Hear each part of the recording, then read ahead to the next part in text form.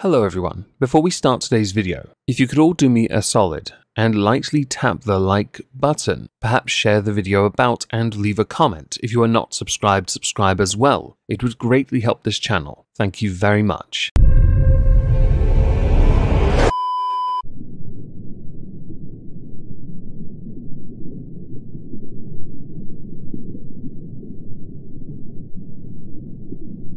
Well, isn't this just fantastic?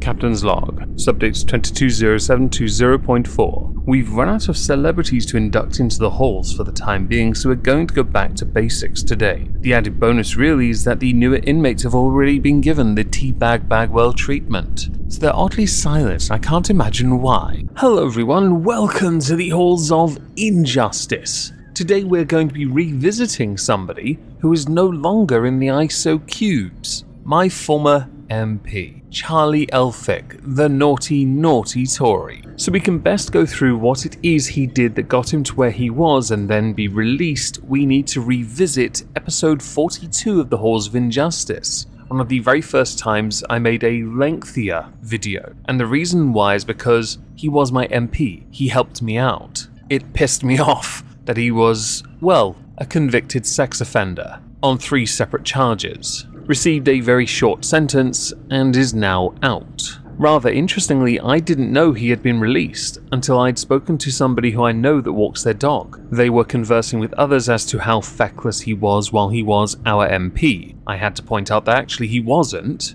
and then explained my interactions with him. But that does not change, he is a convicted sex offender. And because of that, you cannot take these good moments and weigh them anywhere near against the bad, because he will always be bad. Which is why my sentence then, I believe, would have undoubtedly been life. So since this is essentially life after the ISO cubes, you all need to now know what it is he did and what it was he got sentenced for. So I guess we have to go back in time to 2020, when Charlie Elphicke was first convicted. In 1994, Charlie Elphicke started his political career when he was elected to the Lambeth London Borough Council, representing Gypsy Hill. In 1998, he stood down and became chairman of the Dulwich and West Norwood Conservative Association, and served until he was selected for the Conservative parliamentary candidate for St Albans in 1999. He was not elected for that particular seat. So instead he was made Deputy Chairman of the Cities of London and Westminster Conservative Association. In 2007, Charlie Elphicke was selected as a Conservative candidate for Dover. This was one of Labour's safest seats in Kent. In 2010 he took it with a 10.4% swing. Since 2010 he was re-elected in 2015 and in 2017. In 2016, Charlie Elphicke campaigned to remain in the European Union, but over the course of his parliamentary career, he voted for referendums on the UK's membership to the EU, on multiple occasions in fact. And when the country and his constituency voted to leave, he campaigned on the side of leave to ensure that we left, with him contributing to Theresa May's government's first defeat over Brexit legislation in December of 2017. We are now going to move on to what he was accused of and how this impacted his career. As he's already in the ISO cubes, we can safely say it ended quite poorly for the naughty Tory Charlie Elphicke. Order! One of the first accusations to arise came from 2007, 3 years before he was elected as MP for Dover, where it was alleged that he had brought her to his home in London, plied her with a £40 bottle of alcohol, and while she thought him to be a bit asexual, he started to talk to her about her sexual preferences, with him continuing to talk about silk, leather, bondage, getting a tad excited about this. It was alleged that afterwards he had pounced on her, trying to kiss her, and then groping her breast, with her then running away and him chasing her around the house saying, "I'm a naughty little Tory." The second allegation comes 6 years into his time as an MP, where he and another woman found themselves sharing a bottle of champagne in Westminster, with the victim claiming that he tried to kiss her before groping, with him repeating a similar sentiment to the first one. "Oh, I'm naughty sometimes, aren't I? I can be so badly behaved, but I can't help it." In 2017, these allegations came to light, and he was, because of this, suspended from the Conservatives and had his whip removed. But because of a no-confidence vote in Theresa May, he had his whip restored. In 2018, when the charges went a little bit further courtesy of the Crown Prosecution Services, he was formally charged and suspended again. In 2019, Charlie Elphicke decided it was the right move to stand down, and his wife took over. Charlie Elphicke's political career ended. So now we should move on to the trial itself. Surprise, motherfucker! The trial began on July 7, 2020, with both victims using video link to give evidence in court. The first, from 2007, said he started talking about what we liked in a sexual way. I sort of wagged my finger at him and said, we don't need to talk about that kind of thing. He was like a totally asexual person to me. He was jovial, jokey, excited maybe in an animated way. I was just thinking, oh god, how embarrassing. And that after a couple of sentences, he basically jumped on her to grope her breast, tried to kiss, and then the cringy, I'm a naughty Tory. The second victim found herself in Charlie Elphicke's company and shared a bottle of champagne in Westminster, saying that he had tried to kiss her before groping her, and that his mouth was opened, continually trying to kiss her. It was like a disgusting, slobbery mess. The woman he assaulted allegedly in 2016 was told by Charlie that he had not been happy in his marriage for years when he had been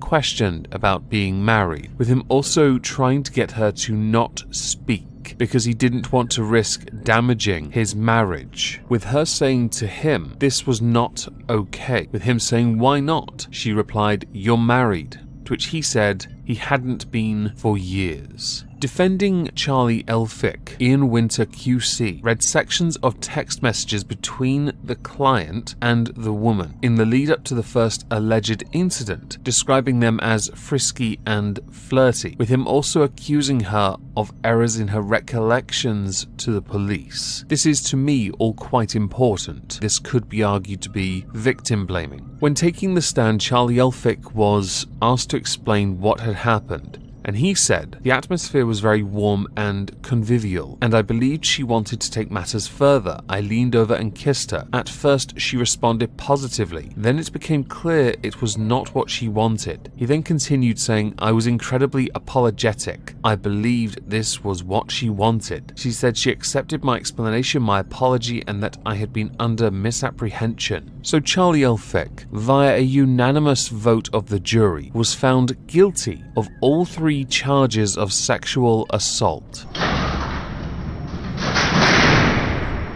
Charlie Elphicke, former MP for Deal and Dover, was sentenced to 2 years in jail based on sentencing guidelines. It's a little bit longer than what it would have been, something which his ex-wife was quick to point out. Okay, so hopefully that provides suitable context about Charlie Elphicke. I have removed about 20 minutes worth of video. If you do want to watch the whole video, it is linked down below. So Charlie Elphicke was released on the 16th of September 2021 after serving half of his sentence in an open prison. Now, an open prison, for those who don't know, is one that generally doesn't have much in the way of security. Not many patrols, you kind of get free reign for the most part. This was confirmed by the Ministry of Justice, who had confirmed he was serving his time at Ley Hill Open Prison. Shortly after his release, there were a number of articles that circulated talking about MPs who have been accused of sexual misconduct. 56 MPs are reportedly facing sexual misconduct allegations, so there is clearly a problem in Parliament. Some of the more notable names include Imran Ahmad Khan, who got 18 months in prison for what he did, Neil Parish, who resigned in April this year after admitting he watched porn twice in Parliament, which, while inappropriate as Fook, made me laugh to no end. There are a number of unnamed MPs because, as is right when accused, you should have the right to anonymity unless you are found guilty, in which case tarred and feathered. You have David Warburton, who had the party whip removed amid a series of allegations over sexual harassment and his love of the sherbet. So what has Charlie Elphicke been up to since his release? Well, part of the condition for his release was that he had to pay £35,000 in fees within the space of 12 months. That was covering the costs of the prosecution. Charlie Elphicke had been summoned to Uxbridge Magistrates Court for non-payment, with him being quoted as saying, "I find myself in a very difficult and embarrassed position," asking the court to give him time to the end of his sentence to get himself back on his feet. The court had heard that most of the £51,000 Elfic received from the sale of his marital home had been used in legal fees and to pay 6 months' rent up front for a one-bedroom apartment in Fulham, which is southwest London. He had also been using Step Change Debt Charity, who I myself have used in the past, to assess his financial situation, but the court was not accepting of any repayment proposal, with him further saying, "I have no job, no career, I am long-term unemployed. I am working with the job centre and my probation officer to find a new career. I have made a claim for universal credit. I am separated from my wife who has filed for divorce. I have had to find a new place to live." The magistrate's court has agreed to adjourn the case to the 17th of December, while Charlie Elphicke at the time was waiting for his benefits claims to be assessed, with a payment order expected to be made at the next hearing. That particular article is from November 2021, so now we should skip ahead to April 2022. Charlie Elphicke presented universal credit and bank statements during appearance at Uxbridge Magistrates Court on Friday to prove he still cannot pay the £35,000 in court costs that he owes. Now, he had originally been given until September this year, after asking more time to get back on his feet in last September. Magistrates had asked him if he had considered stacking supermarket shelves, with the former Conservative MP saying that he was willing to give active consideration to exactly that, and actively looking at building site work. I can promise you, based on cost of living, if you're in London by the way, you're going to struggle to get a shelf stacking job that pays for you to get by and can pay £35,000 in prosecution costs. They've stiffed you, Charlie, and you know it. There is no job Charlie Elphicke can get where he could make enough money to get by and pay £35,000 in prosecution costs within a year. The courts know this. He has no income beyond state welfare. If he wanted to make things easier on himself, he would choose to live somewhere where it is a bit more affordable, but he has chosen Fulham as his residence, which is a big mistake on his part. He is not likely to get a job for a law firm where his degree in the past and his previous employment could help him. His career has mostly been political, so he's not going to really get anywhere anytime soon. But you know what? You do you, boo. It's going to be funny watching you get sent back to prison, which is more than likely if you don't pay the money. I bet you wished Wonga still existed.